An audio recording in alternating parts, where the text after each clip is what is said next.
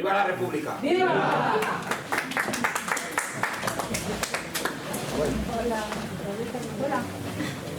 Bueno, hoy, como es de verdad tener a amigos y compañeros que comparten estos momentos y esta idea, llamémoslo utópica, de la República, es siempre un motivo de mantener viva esa esperanza de que algún día no veamos a los Borbones en España. En este caso, la tertulia va dedicada a la figura de Santiago Ramón y Cajal, que habla de dos cuentos de vacaciones.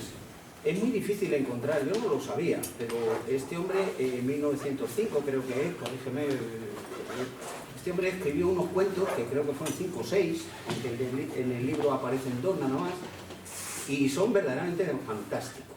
Son fantásticos porque desarrollan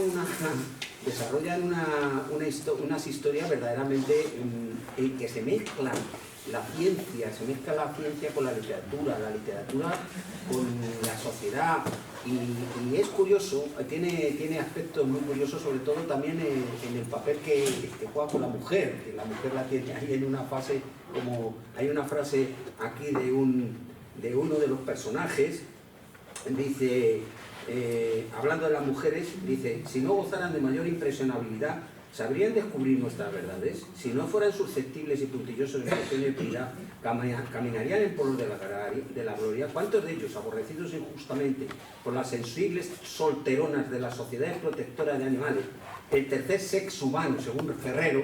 Esto es una apreciación que hace el autor el personaje de este cuento, que es muy llamativo. Como estas atenciones tiene bastantes, tiene diversas, y la verdad es que es un verdadero placer el leer en un personaje tan extraordinario como Ramón y Cajal, que ya lo he comentado aquí con unos compañeros, que fue presidente de la Junta de Ampliación de Estudios, y siendo José Castillejo el administrador de la Junta, mandó a su hijo mayor, creo que fue el mayor, Jorge, le dio una beca de la Junta de Ampliación, creo que a Berlín, y resulta de que se la pagó él.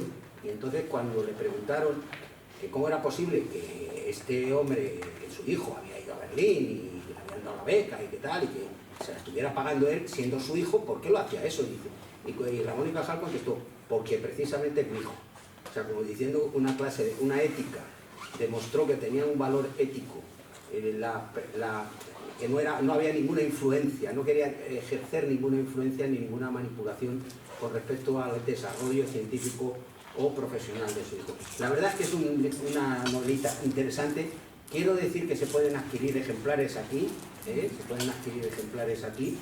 cuando termine el acto, y de alguna manera también tenemos aquí un documento para firmar sobre la figura de Julio Álvarez del Valle, que va a haber un acto de homenaje el día 3 de mayo del 25 de su 50 aniversario de la muerte, y es para que la tumba de Álvarez del Valle en Ginebra se mantenga, sea definitivamente propiedad del Estado español y se dignifique. Así que todos aquellos que quieran firmar ese documento o esa adhesión, pues está a vuestra disposición.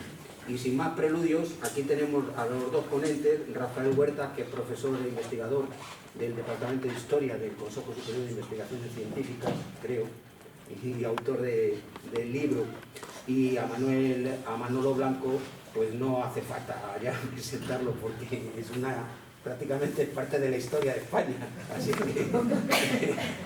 es que tenéis, si os parece, podéis intervenir como queráis, por el orden que os parezca más adecuado. Bueno, no funciona. que no funciona. Bueno, que no tenemos. Hoy es otra de las.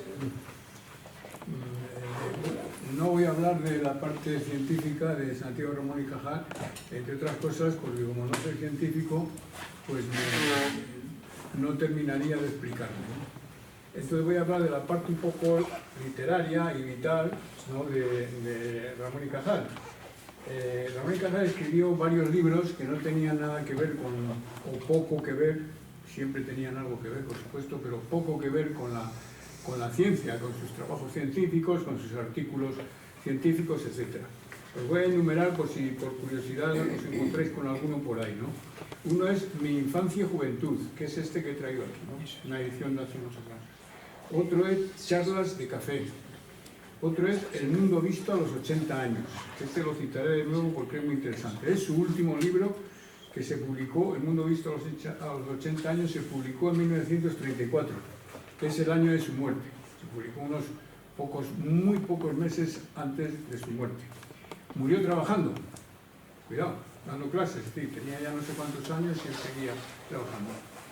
El otro es La psicología de los artistas, que es más bien una recopilación de artículos y demás, ¿no? El otro es Los tónicos de la voluntad y, por fin, el de Cuentos de vacaciones. Son 5 los cuentos de vacaciones, aunque, como se dice en un prólogo de lo que hemos publicado, tenía otro en preparación o medio acabado, que ha debido desaparecer porque su casa, cuando empezó la guerra, donde se bombardeó y demás, y ahí desapareció. Lo cuenta Javier Coria en el segundo prólogo del libro. Santiago Román y Cajal era un poco que, dentro de una mentalidad de fondo, digamos, más o menos conservadora, muy ética, ¿no? Muy de que el país, la patria es algo donde todos tienen que colaborar y aquí lo que sobran son los ladrones y las oligarquías buitres, ¿no? Y demás, ¿no? Para que esto vaya bien. Y es un tío muy peculiar porque es un tipo, se le podría considerar en muchos aspectos un conservador sensato, es decir, razonable. Algo que en la historia de España yo creo que, quitando él, no sé si se habrá dado 1 o 2 casos. El abuelo de un vecino mío, creo, también es así, ¿no? Pero no creo que se hayan dado muchos más casos.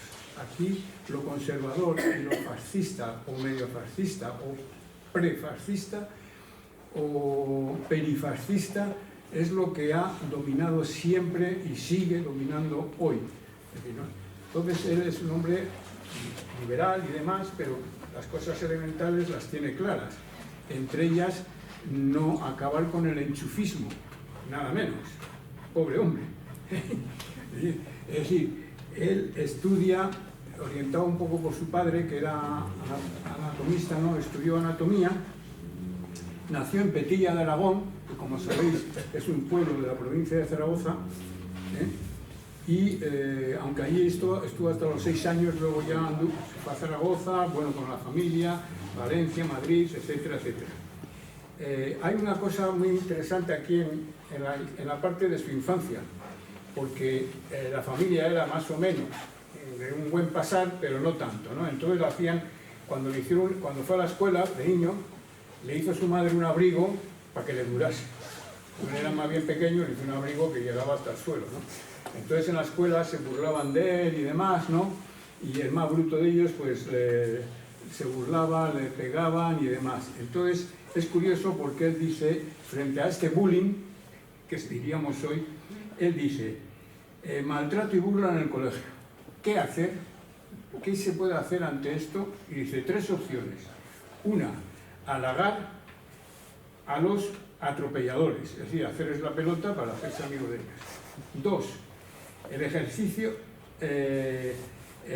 el 2, acudir a las autoridades, invocación a la autoridad de los superiores. Dice, y el 3, el ejercicio supraintensivo de los músculos y darles de hostias a ellos. Y él dice, esta tercera opción fue la mía. Empecé a subir al monte, a hacer ejercicio y demás, y entonces cada vez que iba a la escuela y les veía, se metían conmigo y yo arremetía contra ellos a patadas, a puñetazos. Ellos me daban más, pero ya a las siguientes les daba más. Entonces así, al final quedaron todos muy amigos porque vieron que no podían. Es curioso esto. Esto es curioso porque es una apelación al individuo y una apelación a la sociedad, no a la autoridad y no a rendirse. Esto es importante. Esto es importante para ciertas violencias también que estamos sufriendo hoy en día, ¿no? Dice, este fue el partido escogido por mí, el tercero. Dice. Luego ya fue a la mili. En la mili le tocó ya en la Primera República. sobre la cual dice algunas cosas que se parecerían mucho a lo que se podría decir de la segunda. Le tocó la quinta de Castelar, cuando Emilio Castelar era presidente. La quinta de Castelar, 1872 creo que era, y él sacó el título de medicina en 1873 e inmediatamente le llaman a filas. Entonces él hace una oposición a la sanidad militar donde se presentan 200 para 32 plazas y él consigue la sexta. Y cuando se va a incorporar a las filas, creo que en Zaragoza, le llega un aviso de que él y a más, claro, y a más gente de la sanidad, que tiene que ir a Cuba. Había guerra en Cuba, una de ellas, vamos. Entonces, pues, su padre le dice, hombre, hay enchufes y demás, y él dice, no, si me ha tocado a Cuba, yo voy para Cuba. Tenía 21 años. Y llega a Cuba con unas cartas de recomendación que él dice, no quise, que se parece a la anécdota con el hijo, él cuenta que no quiso hacer uso de las cartas de recomendación, y que iba allí a lo que le tocase. Y efectivamente, como no llevaba carta de recomendación, le tocó de lo peor. A la puñetera manigua, que le llamaban, donde había paludismo, tisis, y él cuenta de que hasta allí habían muerto 20.000 soldados, pero no en combate, sino por las enfermedades. En un hospital en plena selva donde había 200 enfermos, ¿no? Es interesante porque ahí empieza él a ver cosas. Por ejemplo, que toda la oficialidad del ejército español en Cuba estaba conspirando contra la República. Suena, ¿verdad? Primera República, suena. Y incluso un coronel le dice, pero hombre, es que usted no sabe que vamos a acabar vamos a imponer a Alfonso XIII dentro de nada. Y dice, pues no, porque como médico, aunque no por méritos militares, sino por la carrera, tenía el grado de capitán. Le daban un poco para tener autoridad ante los enfermos, ¿no? Porque no entraba en combate, claro. Y luego dice él, he visto que aquí hay la oficialidad, en términos generales, la inmensa mayoría, dice, están por la monarquía de Alfonso XIII y están conspirando contra la República.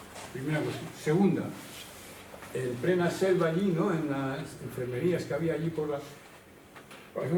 él se da cuenta de que los enfermos están muy mal alimentados y la oficialidad está muy bien alimentada. Entonces el cocinero se está haciendo rico, los oficiales comen todos los días allá 4 platos, ¿no? Y los soldados enfermos comen pan, galleta y arroz, ¿no? Y nada más. Entonces, claro, decía, coño, y el cocinero era responsable de un gallinero, nada menos, ¿no?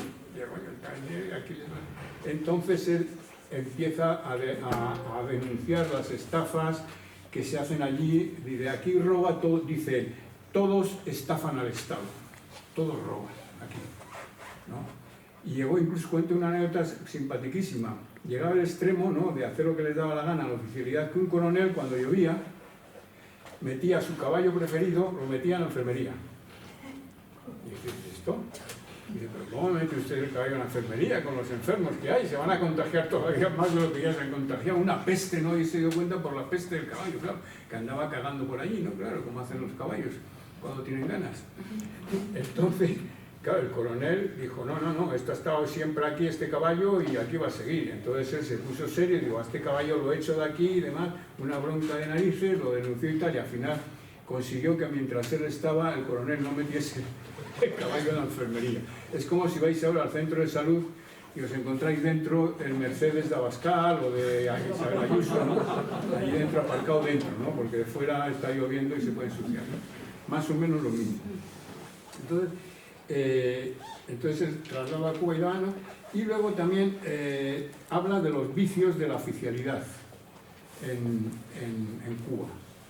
Y dice algo simpaticísimo también, dice, los grandes vicios de nuestra oficialidad son el tabaco, la ginebra, el juego y Venus, es decir, la prostitución, vamos, el puterío, ¿no? Y entonces este dice gracias al alcoholismo están ganando los mambises, es decir, el ejército independentista, dice, está ocasionando más bajas el alcoholismo que si se encuentra un ejército de manguis degradado, ¿no? y con un montón de soldadesca que no hace más que morir. Si no mueren los enfrentamientos armados, muere de enfermedad, ¿no? La mayoría. Esto es interesante porque son cosas que aquí en la península no se conocían. Incluso dice, los grandes gerifaltes del Estado y los grandes generales, ¿no?, del Estado Mayor y más, no han pisado Cuba en su vida. No saben, no conocen esto. ¿Cómo le van aquí a remediar nada ni a solucionar nada, ¿no? Esto es interesante también, ¿no? Es decir, llama a que los poderes se personen donde tienen que personarse, ¿no? Incluso llega a decir, dice, ni las trágicas lecciones de la emancipación de América, ni dos agotadoras campañas en Cuba, ni el consejo de los pocos políticos clarividentes que hemos tenido, y para él los tres políticos clarividentes que él conoció en su vida eran el conde Aranda, cuando la Ilustración, el general Prim y Pi Margall, en ese momento Pi Margall, ¿no?, que era el elemento, digamos, más avanzado dentro del republicanismo de la Primera República. Dice, ninguno de ellos ha hecho mella en el cerril egoísmo de nuestras oligarquías turnantes. Dice, esa Cuba que nos aborrecía y cuya independencia deseada por América entera era inevitable. ¿Valía sacrificar España?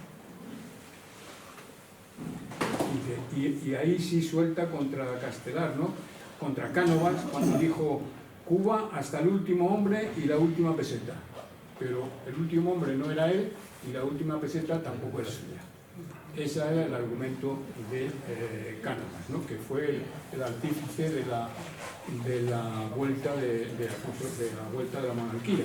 Por cierto, así para los menos viejos, ¿no?, sabéis que la Primera República cayó por un 23F del 81, pero en serio.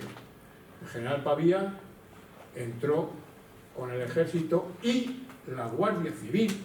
No era la primera civil, el 81 no era la primera vez que la Guardia Civil entraba a tiros en el Congreso de los Diputados en España, sino la segunda. La primera fue en 1874 con el general Pavía. Entró la Guardia Civil a tiros en el Congreso. Digo un poco para ver el currículum de este cuerpo ejemplar de la patria, ¿no? En alguna ocasión dijo, para su desgracia, Simón Sánchez Montero.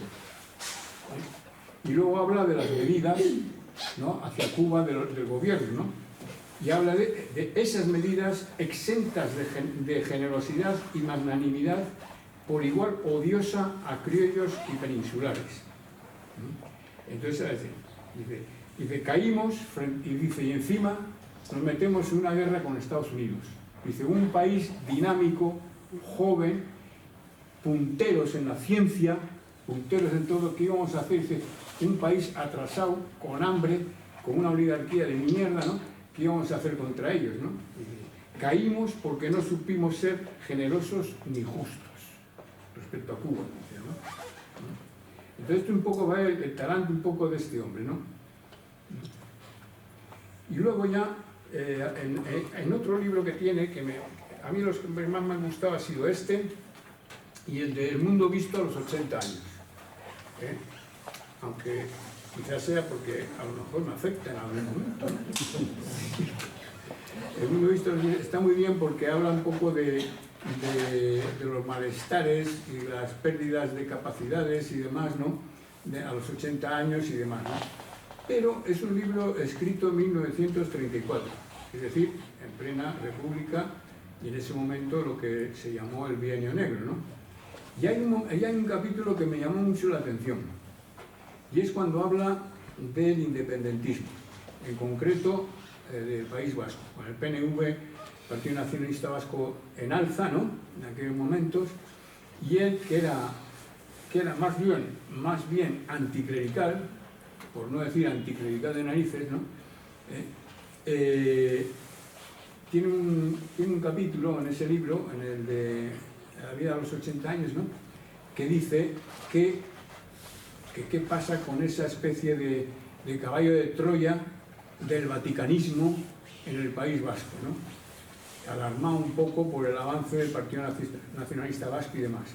Pero añade, esto es un desastre, este PNV y tal, ¿no? El vaticanismo mal, ¿no? El clericalismo se refiere sobre todo, ¿no? Dice, pero añade, dice, ahora bien, dice, si el pueblo vasco está con ellos, conquistan al pueblo vasco y está con ellos, dice él, la mejor solución es una separación fraternal. Una separación fraternal, de que podamos seguir fraternalmente relacionados. Todo, dice él, antes que una guerra fratricida.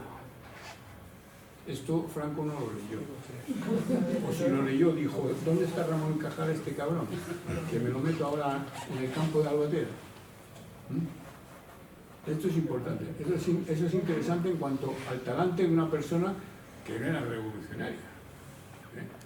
Era una persona de ideas más bien tranquilitas, ¿no? Y demás, pero con un sentido común, que a veces es, como decía uno, el menos común de los sentidos. Los relatos, los relatos son 5,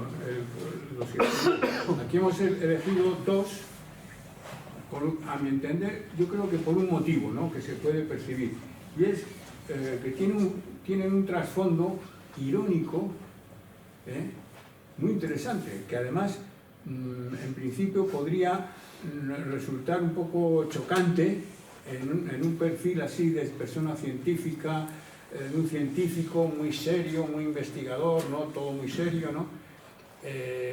Un tanto conservador en algunas ideas y tal, ¿no? Y sin embargo esos cuentos tienen una ironía muy sutil, muy de fondo, que a mí me ha recordado en algún momento a algunos escritores ingleses, porque la ironía es un producto más bien de la literatura inglesa, ¿no? De la literatura española es más bien el chiste, ¿no? La gracia, mientras que la ironía es algo que no se ve muchas veces a primera vista, ¿no?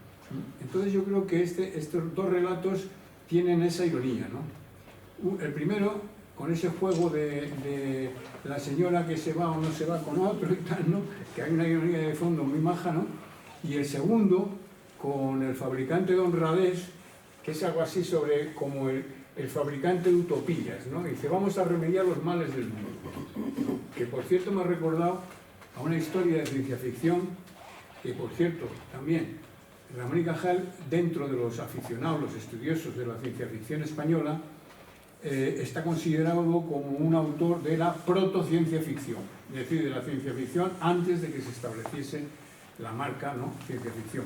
De hecho, sus cuentos tienen mucho de ciencia, ¿no? Por ejemplo, sobre por qué cogió el paludismo en Cuba y tuvo el paludismo ya para toda la vida. Y cuando volvió estuvo a punto de morir porque el paludismo desembocó en una tisis, ¿no? Entonces el hombre lo pasó francamente mal, ¿no?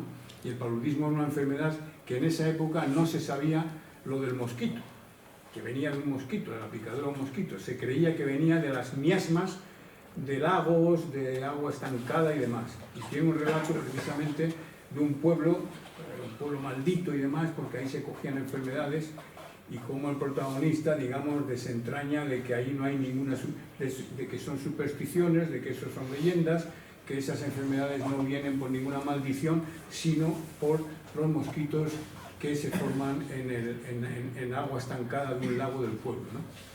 Ese ya es, digamos, más serio, ¿no? Ahí no hay ironía, ¿no? Por eso estos tienen ese punto de ironía, ¿no? Sobre todo, a mi entender, del fabricante de honradez, ¿no? Algo así de que voy a solucionar todos los males del mundo, ¿no? Bueno, y ahí me recuerda también eso a otro cuento de ciencia ficción de José Mallorquí, el creador del Coyote, donde entra un tipo en la comisaría, un científico va a la comisaría un día, ¿no? Llama al jefe, aparece el jefe y dice, bueno, ¿usted qué quiere? Dice, vengo porque tengo un invento fenomenal. Dice, ¿así? ¿Cuál? Tengo un invento que es este líquido, que cualquiera que lo beba no cometerá un delito nunca en su vida. Dice, no me diga. Sí, lo he probado. Lo he probado con ladrones, con criminales, con tal, con cual. Nadie vuelve a cometer un delito. Dice, bien, de puta madre. Espera un momento. Aparece otro policía y le pega un tiro. Se van a quedar sin trabajo. Ellos, los jueces, los abogados, los magistrados, la judicatura, los carceleros, los funcionarios de prisiones, todos se van a quedar sin trabajo. Este tío nos hunde, vamos. Este tío nos hunde. Este juego, ¿no? Un poco entra de alguna manera también en el relato de Santiago Ramón y Cajal. Por cierto, que él cuando firmaba, no sé si habrá alguna firma por ahí de juventud o lo que sea, ¿no? Pero cuando firmaba él rechazaba la I de Ramón y Cajal. No sé si en algún sitio se recoge alguna foto por ahí, si veis algún artículo histórico sobre él y viene alguna carta de él, veréis que firmaba Ramón Cajal. Él nunca decía soy Ramón y Cajal, soy Ramón Cajal. Y se despegaba un poco de esos matices un poco aristocráticos y demás, ¿no? Un poco con su idea de que de lo que le faltaba a España era gente que trabajase y pensase y hiciese ciencia seriamente en lugar de enchufaos, muertos de hambre y caciques. Era un poco la idea, la obsesión suya, ¿no? Pues yo os recomiendo que lo compréis, también que lo leáis, que lo compréis por vuestro bien, que lo leáis por el vuestro. Y bueno, y cualquier día publicamos los otros tres. Muchas gracias.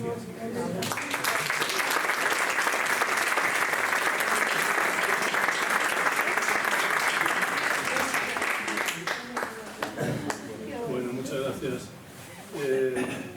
Bueno, yo lo primero quería agradecer a la tertulia republicana César Herrero por haber contado conmigo para participar en esta actividad, y también a Garaje Ediciones por haber contado conmigo para prologar, para hacer uno de los prólogos de estos cuentos de vacaciones. Claro, Santiago Ramón y Cajal... El micrófono te lo puedes acercar un poquito. No funciona. Intento hablar más alto. Puedo. No, decía que Santiago Ramón y Cajal es premio Nobel de Medicina y Fisiología en 1906, compartió el premio con Golgi, con el del aparato de Golgi de las células, que os sonará de cuando estudiabais biología en el colegio, y es realmente un personaje decisivo en la ciencia española del primer tercio del siglo XX, ¿no? Y es un personaje decisivo porque podemos considerar tres planos de actuación. Uno, el plano estrictamente científico, ¿no? Por un lado, sus propios descubrimientos, es decir, la estructura del sistema nervioso, la neurona, la teoría de la neurona, etcétera, etcétera, pero también porque es la cabeza de toda una escuela de neurohistología primero, pero que después se va a ir ampliando a neurofisiología, a neurohistopatología, en fin, a lo que hoy llamaríamos las neurociencias, ¿no?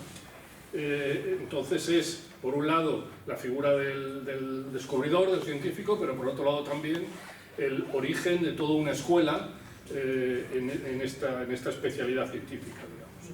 Eso en el plano estrictamente científico. En el plano institucional, ya se ha dicho aquí, fue presidente de la JAE, de la Junta de Ampliación de Estudios, que se queda en 1907, y viene con su presidencia, es decir, le habían dado el premio Nobel un año antes, con lo cual el premio Nobel venía a legitimar de alguna manera esa institución y las iniciativas de política científica y de formación de investigadores que empieza desde su fundación con Castillejo y que va a potenciarse de manera especialmente importante durante la Segunda República. Y además de este plano científico y de este plano institucional, yo creo que hay que contar también con un plano simbólico, ¿no? O sea, Cajal se convierte en todo un símbolo, ¿no? La figura de Cajal, cuidadosamente situada fuera de intereses partidistas concretos, va a trascender los límites de su propia especialidad científica para encarnar pues, esas virtudes del científico ideal, del sabio abnegado, del maestro indiscutible, etcétera, etcétera, ¿no? Es decir, la autoridad moral de Cajal va a favorecer esa idea de la ciencia como abanderada de progreso. Es una figura de alguna manera comparable, pero con rasgos muy diferentes, de la figura que en Francia puede representar Pasteur. Pasteur es también un gran científico. A Pasteur no le dieron el premio Nobel porque el premio Nobel se instauró después, pero en todo caso es un gran descubridor también. ¿Cuál es la gran diferencia? Que Pasteur genera vacunas, genera métodos, la pasteurización, y eso genera patentes. Es decir, Pasteur es un científico muy bien aprovechado por el capitalismo, por decirlo así, ¿no? Mientras que Cajal se dedica a una ciencia más básica que va a tener consecuencias muy positivas más a largo plazo, con lo cual es una figura que lo que queda en Cajal en ese momento, en el momento en el que él está desarrollando sus investigaciones, es esa autoridad moral, como digo, de la figura del científico abnegado, etc. En la construcción, como decía, de esa ciencia como abanderada del progreso y como herramienta fundamental para la modernización del país. Un país que está en decadencia, un país que está necesitado de regeneración.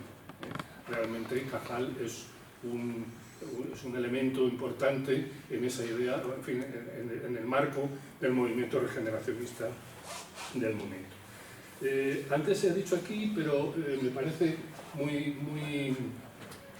me parece que merece la pena repetirlo. Cajal era un personaje conservador liberal, si se quiere, etcétera, que tiene mucha importancia en cuanto, en sus ideas, la regeneración de la patria. El concepto de patria para Cajal es absolutamente fundamental. Esta relación entre ciencia y patria, que es muy evidente en Cajal, se va a convertir ya no en Cajal, sino en buena parte de sus discípulos, en ciencia y república. Y incluso, más adelante, en ciencia y revolución. Es decir, frente al muera la inteligencia fascista, la identificación de la república con la ciencia y con la cultura, en fin, la Edad de Plata, pero esa identificación de la república como, con la ciencia y con la cultura como proyecto de la razón fue una constante en los discursos producidos en el sector republicano durante la Guerra Civil. Bueno, Cajal entonces está plenamente comprometido con el movimiento regeneracionista, como acabo de comentar, ¿no? Opinaba que el desarrollo científico debía sumarse pues, a ese conocido lema de Joaquín Costa de escuela y despensa, para combatir precisamente los males de la patria, según la expresión de Lucas Maillard, ¿no? Es decir, en este sentido, una obra que se ha citado aquí también, la de Tónicos de la Voluntad, reglas y consejos sobre la investigación científica, que se publica en 1899, es decir, justo un año después del desastre del 98, de la pérdida de las colonias, la pérdida de Cuba, pero también de Filipinas y de Puerto Rico. Es considerado esta obra de Tónicos de la Voluntad como una de las obras más significativas del regeneracionismo científico, ¿no? Bueno, pues es en este marco ideológico en el que yo creo que hay que entender estos cuentos de vacaciones. Es decir, Cajal los publica por primera vez en 1905, como ya se ha dicho. Parece que fueron escritos entre 1885 y 1886. Publicó 5, como también se ha dicho. Aquí en este librito se publican los 2 primeros. El propio Cajal, en la introducción que hace a la primera edición, a la edición de 1905, dice que cada cuento encierra un transparente símbolo de los males y remedios de la patria, ¿no? Es decir, creo que el objetivo de Cajal en este sentido es bastante claro, ¿no? Pues estos cuentos reflejan entonces esa preocupación política en Cajal, que se traduce un poco alejado del microscopio y de las instituciones, etcétera, en un afán divulgador y pedagógico, ¿no? a través precisamente de la literatura, ¿no? de estos pinitos literarios que Cajal realiza. Estos cuentos de vacaciones, que llevan como subtítulo Narraciones pseudocientíficas, son un buen ejemplo de cómo ciencia y literatura se articulan en un producto cultural que, en el caso de estos cuentos, es realmente bastante peculiar, ¿no? Claro, las relaciones entre ciencia y literatura pueden establecerse de diversas maneras, ¿no? La ciencia y la técnica impregnan buena parte de la producción literaria del siglo XIX, ¿no? No sé, el naturalismo literario de Émile Zola tiene una relación muy conceptual entre ciencia y literatura en esa propuesta que Zola hace de la novela experimental, ¿no? Intentando aplicar a la literatura los principios del método científico, del método experimental del fisiólogo Claude Bernard, ¿no? Pero también, y luego hay otros escritores realmente fascinados por la ciencia, ¿no? No sé, en Galdós aparecen muchos médicos, en Emilia Pardo Bazán, etc., ¿no? Es decir, el interés por la ciencia por parte de los literatos, de los escritores, es importante, ¿no? Por otro lado está lo que algunos autores llaman la novela científica, ¿no? La novela científica, que todavía no es, como se decía aquí, todavía no es la novela de ciencia ficción, ¿no? Pero bueno, son protoobras de ciencia ficción, ¿no? Por ejemplo, novela científica que además se fusiona en buena medida con la novela de aventuras, puede ser la obra de Julio Verne.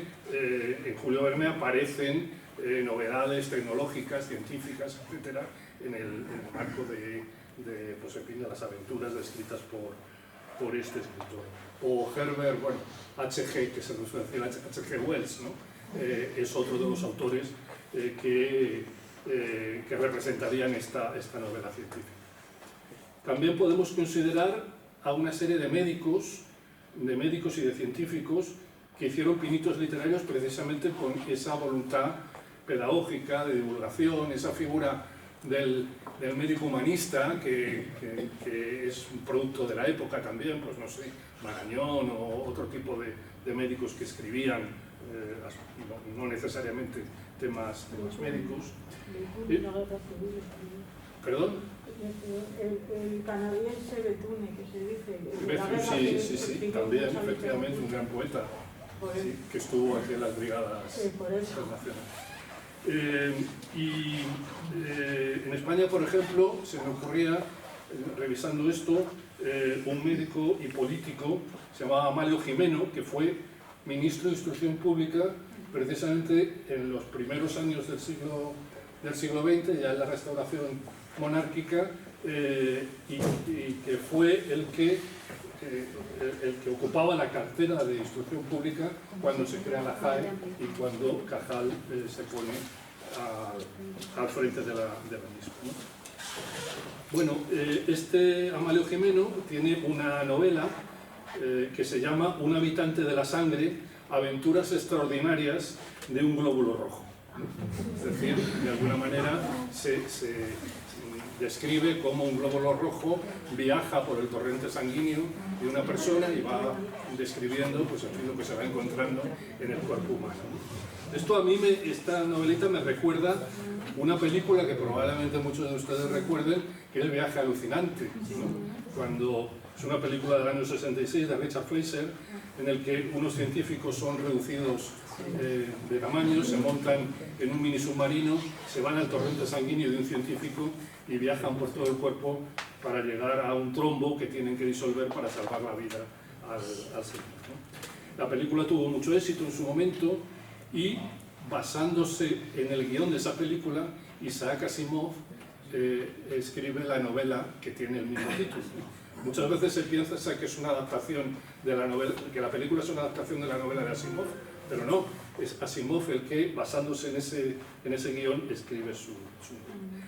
Bueno, en el caso de Cajal podría decirse entonces que sus cuentos de vacaciones pertenecen a este género que transita de la novela científica a la novela de ciencia ficción, ¿no?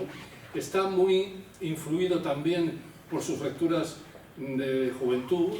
Cajal era un gran lector y, como explica en un texto autobiográfico, en sus memorias, Recuerdos de mi vida, él había leído de pequeño, de joven, a Alejandro Dumas, a Emilio Salgari, a Daniel Defoe y su Robinson Crusoe, pero también a los clásicos españoles, al Quijote, el teatro de Calderón, la poesía de Quevedo, etc.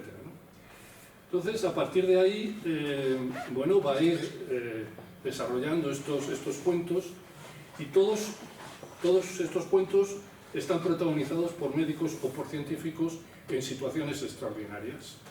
Es decir, el primero de los relatos, A secreto agravio, secreta venganza, en claro homenaje a Calderón de la Barca, narra cómo las bacterias son utilizadas para una venganza por honor.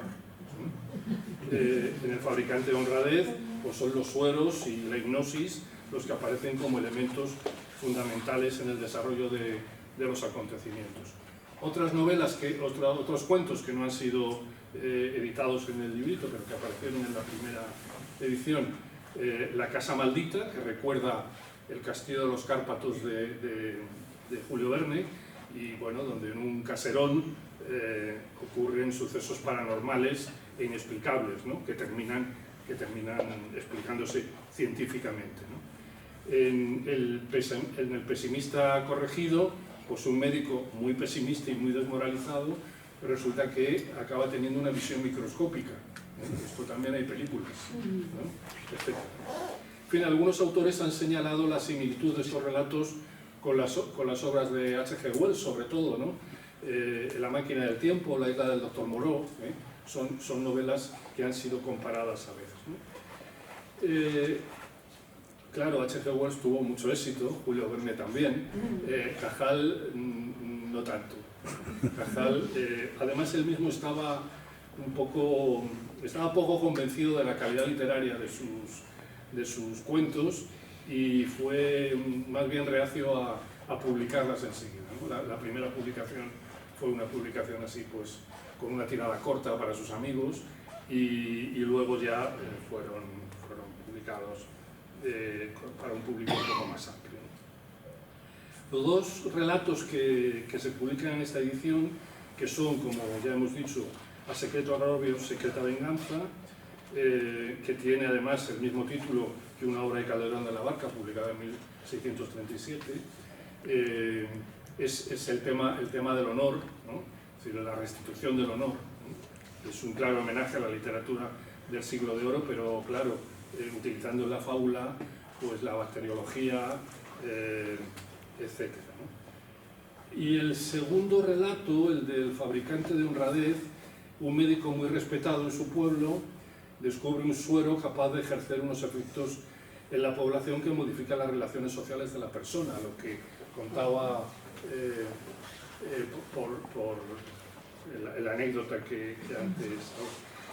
La importancia de la hipnosis en el pensamiento de Cajal y en las producciones de Cajal es muy grande, ¿no? Cajal, cuando estuvo en Valencia, fue catedrático en sitios distintos, en Barcelona, en Valencia, después ya en Madrid. En Valencia tenía una consulta donde intentaba practicar la hipnosis, ¿no? La hipnosis le interesó mucho durante un momento de su vida, ¿no? A mí esa utilización de la hipnosis para intervenir en el comportamiento de la gente, para bien o para mal, a mí me recuerda al primer Mabuse de Fritz Lang, por ejemplo, ¿no? Pero bueno, el poder de la sugestión de las masas a la hora de ser gobernadas son objeto de reflexión de Cajal en este cuento, ¿no? De manera que microscopios, bacterias, sueros, toxinas, antitoxinas están presentes en las páginas de estos cuentos, pero hay otros elementos comunes que merece la pena destacar, y voy terminando. Por un lado, los científicos. Los científicos son descritos por Cajal, aparecen, digamos, ungidos de un saber y de un poder que les sitúa por encima de los demás mortales, porque sus conocimientos, sus prácticas, les permiten intervenir a veces impunemente sobre las personas individuales o sobre la población. En los dos cuentos esto es muy claro, ¿no? Cajal incluso se muestra muy crítico en uno de los cuentos, dice: algunos rasgos salientes de la psicología de los sabios, especialmente amoral y profundamente egoísta. Dice, hay excepciones naturalmente, supongo que él se consideraría un astrónomo. Pero bueno, en todo caso, cabe señalar de manera complementaria también, y ya se ha apuntado aquí, la imagen que Cajal tiene de la mujer. Es decir, evidentemente estamos a finales del 19 y comienzos del 20, pero realmente es una opinión que hoy sería sobre la mujer, que hoy sería realmente anacrónica y terrible, aunque hay muchos que siguen pensando lo mismo, pero que a finales del siglo XIX, como digo, pues encajaba perfectamente en los principios liberales y burgueses del momento, porque Cajal era un tipo, como ya se ha dicho, conservador, liberal y burgués. Honesto, por supuesto, pero bueno, era producto de esa crítica. Y por otro lado, y en estos cuentos me parece que también puede verse, o da pie a reflexionar sobre el riesgo de las utilizaciones perversas de la ciencia. Utilizaciones perversas de la ciencia porque facilitan el control social. Porque leídos hoy estos relatos de Cajal nos pueden hacer recordar distopías autoritarias que fueron desarrolladas con todo detalle más tarde, ¿no? Pero dando lugar realmente a todo un género o un subgénero literario, ¿no? Probablemente la intención de Cajal no era describir esas distopías. Probablemente sus textos, como se ha dicho también aquí, están llenos de ironía y de un intento de llamar la atención sobre la decadencia social y moral de la patria, del país, y que, en su opinión, era preciso regenerar, ¿no? Pero en todo caso, leídos hoy, me parece que da pie para reflexionar sobre estas utilizaciones perversas que la ciencia puede tener. En fin, en todo caso, yo creo que merece la pena leer con detenimiento estos cuentos, porque constituyen una fuente histórica de indudable interés para valorar, por un lado, los orígenes de la divulgación científica, con el soporte del cuento, de la novela, para confirmar que la ciencia nunca ha sido neutral, para saber que lo subjetivo y lo objetivo tiene a veces límites muy difusos, y para reflexionar sobre el papel de las artes, de la literatura, de las humanidades, que puede desempeñar en la mentalidad y sobre todo en la capacidad crítica, en la medida de ser y estar de la manera de ser y estar de los científicos, ¿no? Los científicos de los que Ramón y Cajal era en realidad solo un muy significativo ejemplo. Esto sería lo que...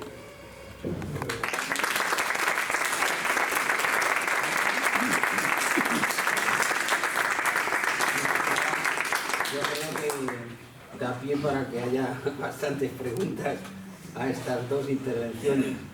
Así es que tenéis, el que quiera intervenir o la que quiera intervenir, pues no hay... Sí, ¿Qué relación... Perdona. Sí, que decía que qué relación tiene Cajal con el Ateneo, que hay un cuadro ahí... Sí, fue ateneísta. Además, hay una cosa que no habéis dicho, pero Cajal tuvo una cuestión, fue masón. Perteneció a la lógica de los caballeros, de no sé qué. Y era masón, tenía un número 19 en la masonería, y fue también socio del Ateneo. Fue socio del Ateneo. No sé si llegó a ocupar, a lo mejor Gaspar lo sabe, si llegó a ocupar algún puesto dentro de lo que es el organigrama del Ateneo en algún momento histórico. Creo que no, pero sí fue socio del Ateneo. Y bueno, pues aquí sí participó en aquella época. El Ateneo no es ni mucho menos lo que era hoy, pero el Ateneo era el centro del debate. O sea, aquí se venía a debatir, a plantear cuestiones científicas. Aquí estuvo Einstein. Me imagino que cuando estuvo Einstein seguramente en ese momento estaría Cajal, no lo sé. Pero aquí vinieron los grandes científicos y aquí vinieron los grandes pensadores de la época, ¿no?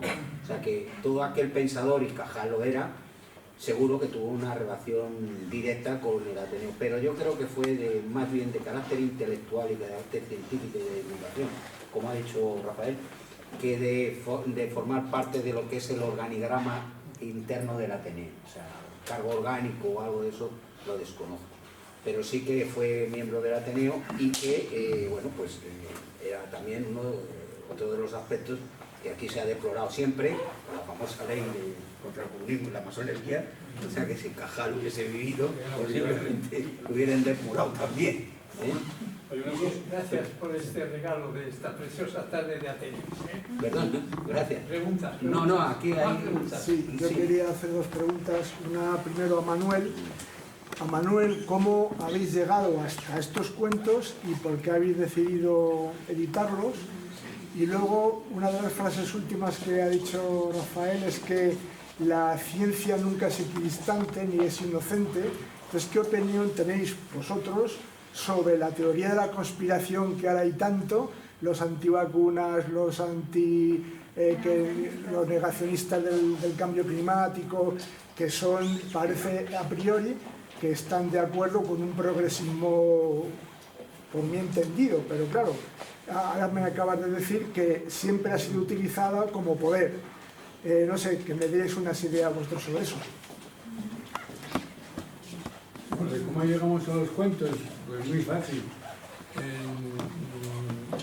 Ahí en la editorial, como sabrás, ¿no? Tenemos una biblioteca particular donde están libros de Pablo, libros de nuestro amigo fallecido Alejandro, libros míos, ¿no?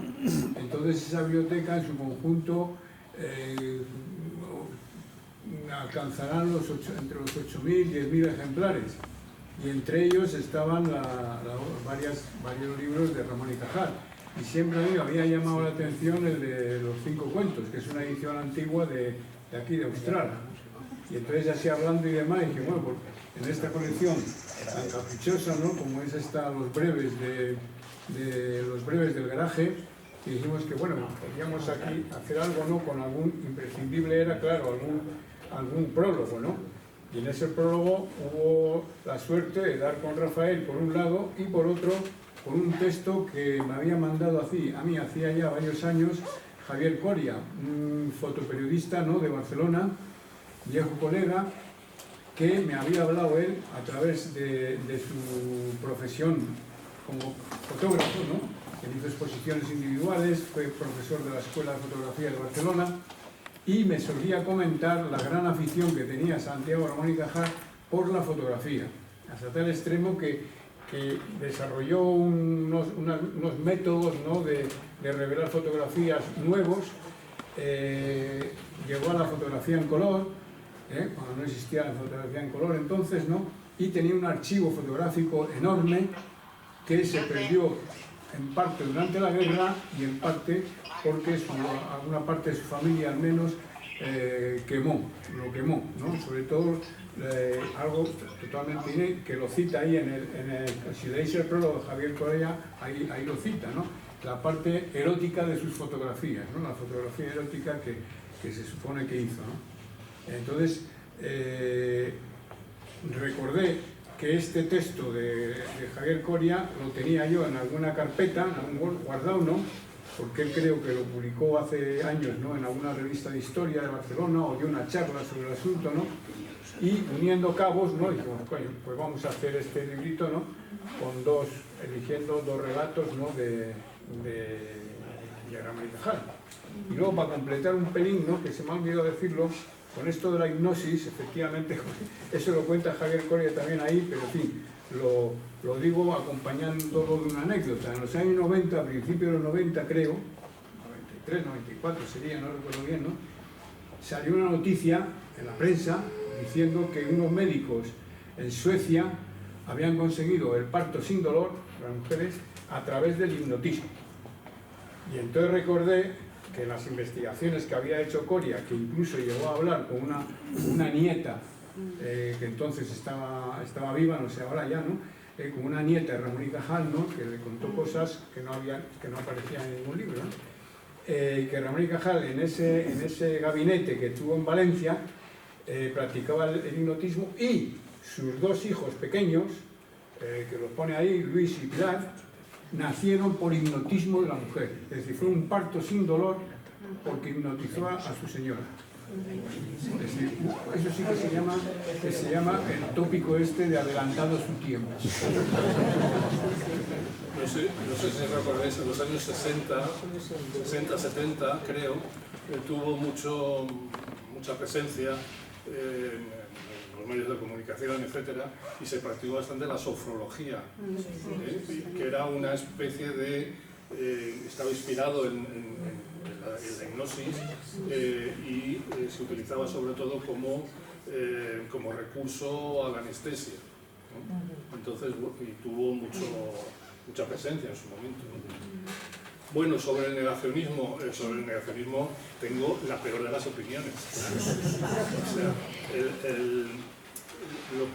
cuando digo que la ciencia no es neutral, me refiero a que la ciencia supone, en un momento dado, puede ser, como opinaba el propio Cajal, una gran abanderada del progreso.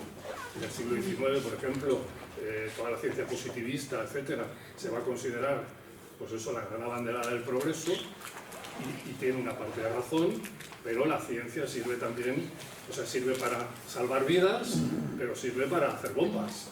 Es decir, y entonces, a la hora de valorar el papel de la ciencia sirve de manera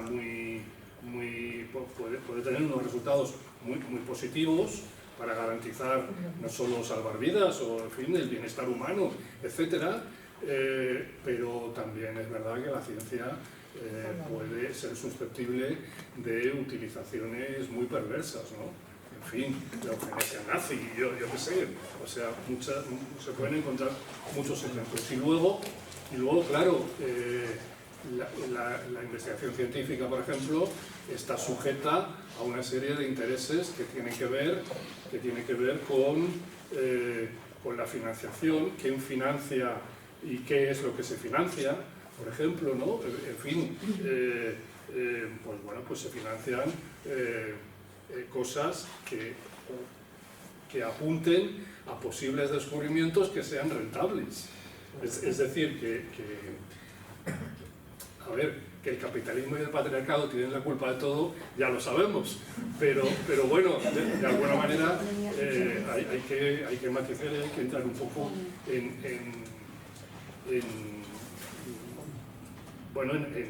casos concretos, desde la historia de la ciencia, por ejemplo, que es un poco a lo que yo me dedico. Uno de los grandes elementos es intentar poner a la ciencia en esa contradicción, ¿no? La ciencia no es pura, la ciencia la hacen personas que tienen su ideología y la financian personas o la propician personas que tienen su ideología, ¿no? Eso me refería un poco a eso. La ciencia es la ciencia, pero luego según quien la use. O sea, la ciencia de por sí no es buena ni es mala, claro, sino quien la tenga en el poder se usa de una manera o se usa de otra. Exactamente. A ver, Gaspar, No, sé breve. tengo muchas preguntas, pero no quiero abusar. No quiero abusar. Sé breve. Una, por lo menos una pregunta. Pero sí ilustrar lo siguiente. Este año tenía de precursor Francisco de Goya. Joaquín Costa, Escuela y Despensa, otro año. Y ahora llega Cajal, que también tiene un hermano. Bueno, no me explico, bueno, el de la neurona, la sinapsis, cuando eso lo he leído por ahí. En Madrid, ya en su facultad, la Facultad de San Carlos, vivía cerca, mira por dónde, en la calle Alfonso XII, ahí, está metido cerca de su casa. Entonces, se cuenta que a menudo cuando iba a clase, los señoritos españoles, porque aquello era todo niños, señoritos, con el mayor, en fin, machos alfa, competían en el aula para ver quién conseguía freír unos huevos en el aula. Entonces, él, con una vara, lo primero que hacía antes de empezar la clase se llenaba de alemanes, japoneses, franceses, norteamericanos, holandeses, y entonces tenía que echar a los señoritos, y con una vara echaba a todos esos meses para poder empezar su explicación sobre el cerebro. Entonces, llega mi pregunta, qué buena exposición cuando has retratado aquella España negra llena de un militarismo casposo. Has sacado a relucir a Pavía y toda esa gente. Bueno, ese siglo que nos ha tocado vivir, eso es tremendo, ¿no? Mi pregunta, ¿cómo es que al final, cuando casi el mundo entero, sobre todo Norteamérica, está llena de aulas magnas y cátedras con el nombre de don Santiago Ramón y Cajal, desde hace... Y aquí, ¿cuándo se le ocurrió a esta España mía, nuestra, poner un hospital Ramón y Cajal? Tuvo que ser cuando ya reventó aquella dictadura, ya algo hay, ¿no? Siempre... Bueno, y luego no se dice nada de la Iglesia, pero él tuvo que tener alguna cosilla con la Iglesia. Entonces la ciencia estaba como estaba, ¿no?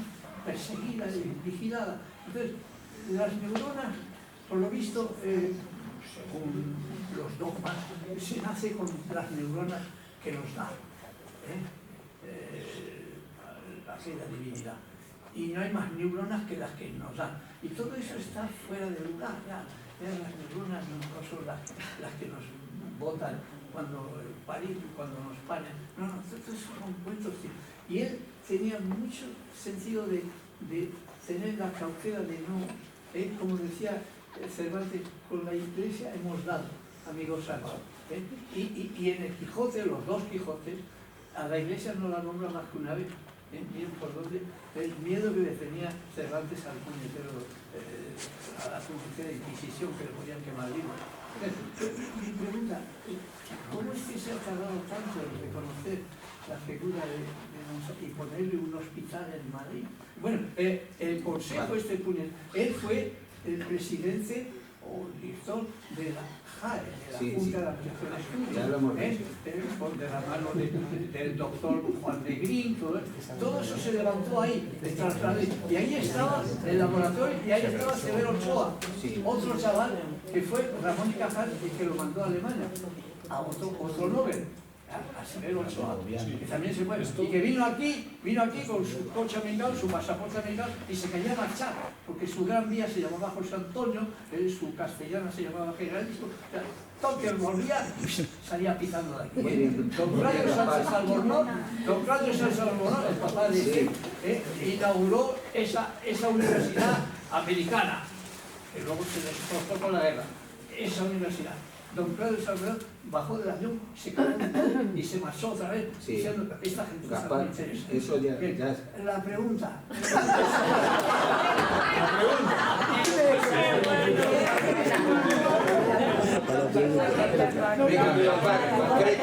Concreta. Ya. Esta es la pregunta. Esto que dices es muy interesante. Es muy interesante porque Cajal, en relación a la Iglesia, Cajal es un científico materialista, completamente. Y entonces Joaquín Costa lo pararon fuera de juego. Ahora, lo que es muy importante es que cuando a Cajal le dan el premio Nobel, el gobierno de turno, y sobre todo el gobierno de la República, en fin, él muere en el 34, pero se crea lo que se llama, y se sigue llamando, el Instituto Cajal. El Instituto Cajal, en este momento, es un instituto que se dedica a la investigación en neurociencia. ¿Pero el legado sigue en cajas? Y depende, depende del CSIC. Claro, cuando termina la guerra, Cajal ha muerto en el 34 y están sus discípulos. Está Tello, está Fernando de Castro, en fin, una serie de neurocientíficos de primera fila. Neurocientíficos de primera fila. No se han marchado por el incesto, se han marchado porque aquí no se han marchado una sección del incesto. Neurocientíficos de primera fila que son depurados. Toma, tanto. Que son depurados. Y asesinados. Y entonces hay un proceso de depuración no solo de los científicos, sino también del propio Instituto Cajal.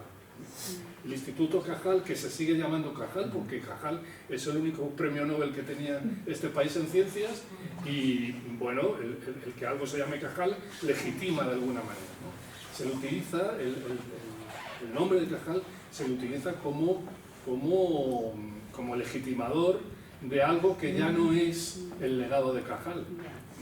Entonces, en el Instituto Cajal, que en un primer momento está dedicado a neurociencias, que en la actualidad está dedicado a neurociencias, pero durante mucho tiempo eso se abre y hay algún virólogo, o sea, hay un departamento de virología, otro, y encarga la dirección del Instituto Cajal a un señor que se llama Ercina, me parece, que es un ingeniero de montes, un ingeniero agrónomo, que se dedica a las levaduras, no tiene nada que ver con las neurociencias. Es decir, hay una depuración del Instituto Cajal. Bueno, luego sí, claro, lo que llamamos el piramidón, que es el Hospital Ramón y Cajal, y luego, por ejemplo, pues no sé, la Facultad de Medicina de la Complutense, el gran salón de actos se llama Ramón y Cajal, en fin, hay una especie como de... Bueno, en el Consejo Superior de Investigaciones Científicas, eso lo tapó toda la obra de Negrín, de Lavillo, el transatlántico, la residencia, lo tapó con una biblioteca de granito franquista, es la piedra de Franco, el granito sobre todo, el azul, bueno, el granito tapa todo. Sí, Gaspar, en el Consejo Superior de Investigaciones Científicas... Bueno, había una estatua de un padre almorranas o algo. Y luego eso se... No, porque yo he sido penén en el Ramiro y la he visto, ¿eh? Sí, vale. Y ahora está Santiago, y está Ochoa. Severo, ¿eh? Sí. O sea que las cosas despacito, ¿eh? Que aquí... Bueno, en el Consejo lo que siempre hay una pequeña placa que recuerda a la Junta de Ampliación de Estudios, que es una placa muy pequeñita y no recuerda para nada a la Junta o la labor que hizo la biblioteca Junta. con latina por lo alto. Vale, ya, vale. Así Hay que... una cosa que quería comentar en relación a la masonería. Es muy interesante lo que decías, porque cuando Cajal oposita a la Cátedra de Madrid de Histología, el rival que tiene es Luis Simarro. Luis Simarro es el que le enseña a Cajal la ficción argéntica, la ficción por la que luego descubre la neurona, y se presentan los dos a la cátedra. Los dos son masones. La cátedra la gana Ramón y Cajal. Y Luis Simarro, que era gran maestre, consigue, por mediación de Salmerón, consigue la cátedra de psicología experimental, no en medicina, sino en filosofía. Sí. Es muy interesante. Y hay una cosa que, al hilo de lo que se ha dicho de que hubiese sido depurado Ramón y Cajal y de la depuración a la que tú te has referido, yo recomiendo que leáis el discurso que dio el primer director o presidente del Consejo Superior de Investigaciones Científicas, Ibáñez Martín, creo que era. Ibáñez Martín, os recomiendo que le leáis, porque es un discurso totalmente deplorable, y cómo destaca los valores, cómo destaca la cultura cristiano-occidental que ha sido totalmente pervertida por las ideas de la Junta de Ampliación de Estudios y por la Institución Libre de Enseñanza. Y entonces ese discurso es muy interesante que lo leáis, porque no tiene desperdicio. Os lo recomiendo que lo leáis. Sí, perdona, que tiene... A ver. Sí, bueno, yo quería daros las gracias porque me ha resultado súper bonita la charla y además muy pedagógica. La figura de Ramón y Cajal, pues bueno, tiene muchísimas vertientes, ¿no?, sobre las que habéis hablado, y a mí me ha resonado una como maestra ya jubilada, que es cuando preside la Junta de Ampliación de Estudios. O sea, eso fue una apertura, una esperanza y una posibilidad de formación para todo el magisterio impresionante. Entonces, imaginaos un plan de estudios que en este momento dure 32 años, que subvencione a los mejores y a los no tan buenos, a ellos y a ellas, para ir a Europa, para ir a Estados Unidos, para ir a Sudamérica y poder llevar todas las necesidades y traer muchas soluciones. O sea, a mí eso me pareció impresionante, porque además la visión que tenía Ramón y Cajal era una visión moderna, era una visión racional, sustentada en un prestigio que se había ganado a pulso y que era incontestable, ¿no? Entonces a mí me parece que la Junta de Ampliación de Estudios, solamente por mantenerla abierta, hubiera sido definitivamente para haberle dado un premio Nobel en educación. Porque eso fue, sí, es insuperable. Es decir, no hay otra situación igual, no se ha dado en España, ni siquiera actualmente. Las becas Erasmus, los viajes Comenius, todo esto han sido pequeñas réplicas, pero, en fin, no tiene nada que ver, ¿no? Tanto en lo científico como en lo artístico, como en lo pedagógico, como en lo social. O sea, fue una apertura y un oxígeno que entró hasta las últimas aldeas. O sea, todos los maestros que se formaron y que aprovecharon esa oportunidad fueron los mejores maestros y las mejores maestras que ha habido en España. Entonces, a partir de ahí, todo lo que hemos hecho ha sido intentar beber de la institución libre de enseñanza y de todo aquello, ¿no? Entonces, reconocer ese valor me parece fundamental, aparte de todo lo que habéis dicho. Sí, no, claro. La que más perdieron. La Junta de Ampliación de Estudios tiene una importancia clave en esa edad de plata que se llama, ¿no?, de la ciencia y de la cultura en España. Claro, yo los maestros los conozco menos, en los médicos o los científicos la cuestión era, conseguían una beca, una pensión que se llamaba entonces, de la Junta de Ampliación de Estudios, se iban a formar fuera y luego volvían a ocupar cátedras o direcciones de laboratorios o de lo que fuera, ¿no? Hay varios trabajos, probablemente usted conozca, que tienen que ver con la Junta, y realmente el listado de pensionados de la Junta es inmenso y de todos los campos del saber, digamos, ¿no? Es decir, yo por mi trabajo me centro más en científicos y en médicos, pero había efectivamente maestros y maestras, había filólogos, había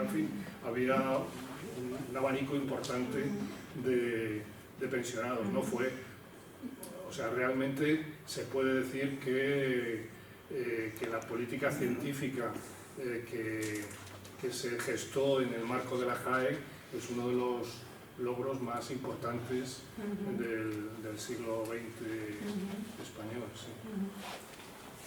¿Alguien más? Espera. ¿Alguien más? Espera. Bueno, yo sí añadiría lo que habéis dicho, que es muy interesante toda la historia de la Junta y de la residencia, el gran trabajo que se hizo en los laboratorios, cómo funcionaron y bueno, la cantidad de nombres, que esa parte sí que está muy olvidada, tanto de la JAE como de la residencia de estudiantes, ¿no? Que se tiende mucho a tocar otras ramas y no precisamente la científica, ¿no?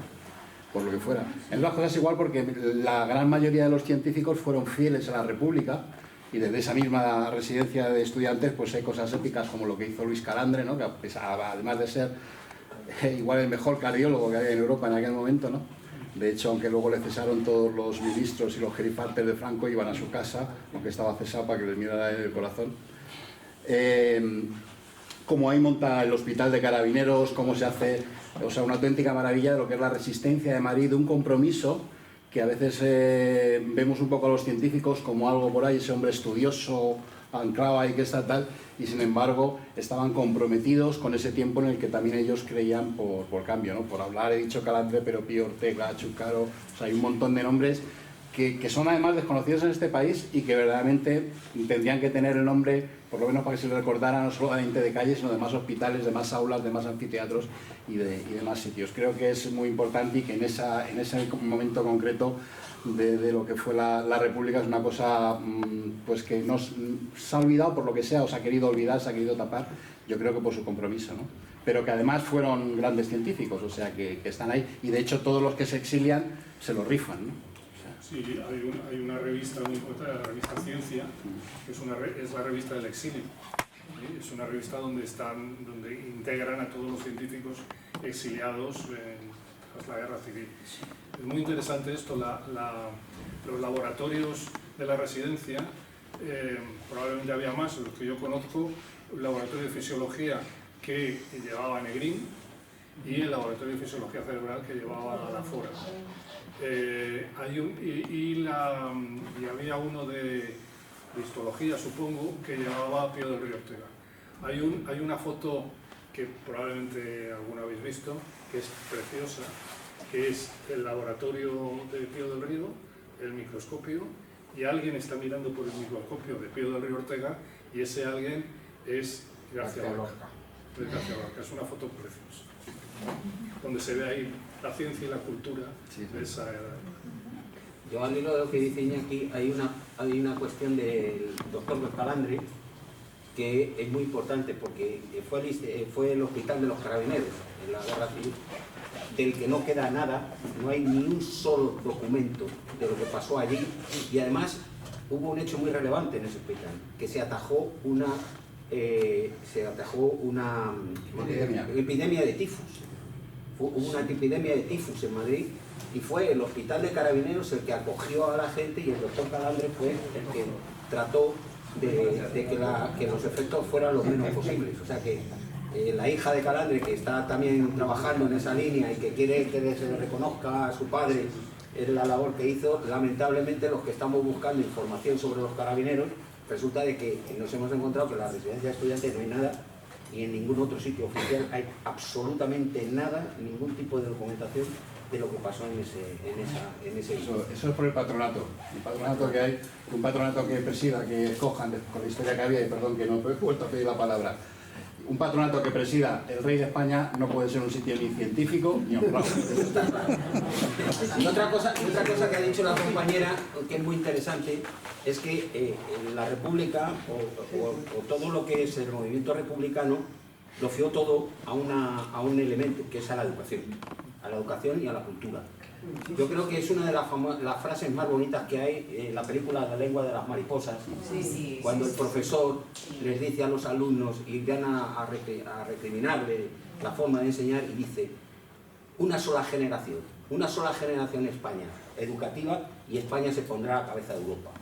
Eso es una frase de que la esperanza que había en la educación, que se reflejó en las formas de actuar de la época republicana, y que ya venía de antes, porque ya venía empujada por la institución de libre enseñanza, por la Junta de Ampliación de Estudios y por todo aquel devenir de aquellos gente que había hecho una labor extraordinaria en todo ese campo. En ese caso, una de tus colegas, Justa Freire, fue una de las que estuvo becada por la Junta de Ampliación de Estudios. Claro, alumna de Ángel Llorca, compañera, precisamente, claro. Sí.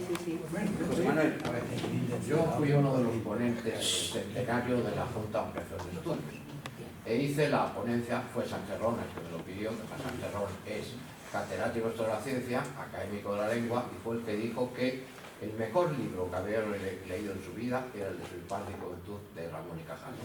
Que, por cierto, Ramón y Cajal se lamenta de que, estando en la trocha de Júcar Morón en la guerra de Cuba, no fue capaz de darse cuenta que el mosquito transmitía la fiebre amarilla.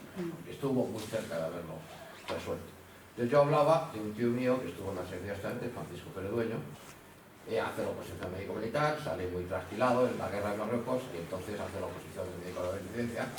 Luego fue el que estaba en la famosa visita de Primo Rivera, en la cual, en vez de cerrar la Residencia de Estudiantes, se quedó entusiasmado, amplió los terrenos, en fin, esa historia se cuenta muy mal. Y luego todos ellos, refugiados en la Residencia de Estudiantes, lo fueron a matar, o sea, a los intelectuales que habían tenido la República, una cosa de locos.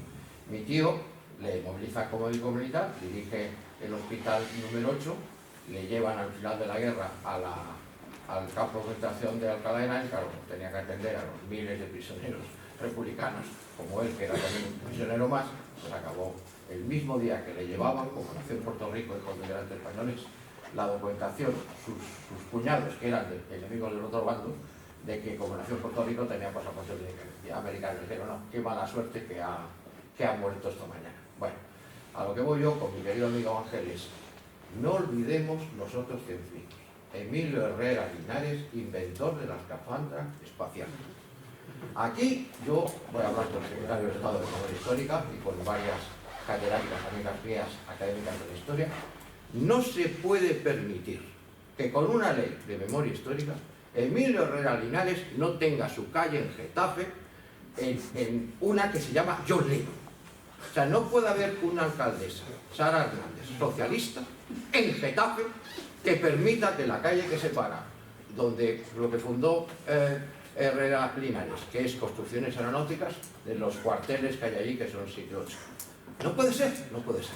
Esa, ni John Lennon ni Corra, eso sí tiene verdad. Y luego os digo otra cosa. Hay un republicano que seguro que Ángel conoce, y aquí mi amigo también, que es 25 militares de la República, por cierto, el libro más vendido del Ministerio de Defensa, que yo hago dos biografías, una de esas. Entonces me dice la alcaldesa y con esto termino, para que veáis que es que muchas veces el peor enemigo de la memoria democrática está en la izquierda. Y entonces me dice, no, bueno, es que Emilio Herrera tiene una callecita en uno de los polígonos industriales. Claro, algún ingeniero aeronáutico le dio por poner. Digo, mire, lo que tiene que hacer usted es el comandante de Getafe, de la República, segundo jefe de la Nación Republicana, Antonio Camacho Benítez, que soy su biógrafo, que se le dé el nombre de esa calle. Para eso era comandante de Getafe. Más no le dejaron volver a España y el exiliado tuvo que morir en México, cuando el pobre no tenía ningún delito de sangre de ningún tipo. Y la calle principal, nada de John Lennon, Emilio Herrera. Pues ese es el problema. Queremos defender a Cajal, y hemos salido airosos en bastantes cosas, pero hay muchos científicos de la izquierda que no están reconocidos por culpa de cargos políticos de izquierda, que yo me planteo entre comillas, y con esto termino. ¿Son esas personas verdaderamente de izquierdas? Una más. Una pregunta brevísimamente. Bueno, es que yo, como diría Oya, yo lo vi. ¿Qué sucede? Pero volvamos a los saltos del hipódromo. Esa gran manzana, María de Molina, Vitruvio, Joaquín Costa, ahí no puede haber una tintorería ni una tienda de ultramarinos. Y si acaso alguna embajada. Pero todos son Juan de la Sierva, Torres Quevedo, el Instituto Escuela estaba ahí, y yo fui Belén en el Ramiro, tenía su piscina y todo, que yo la vi. Esa gran manzana tiene dentro un edificio que le llaman el Rockefeller, por algo, es que eso eso está en una escritura. El banquero Rockefeller regala esa gran manzana que cubre todo ese triángulo. ¿Y qué sucede? Bueno, hay una iglesia puñetera ahí que se llama del Espíritu Santo, de Locus, y ahí, ¿qué es lo que había ahí?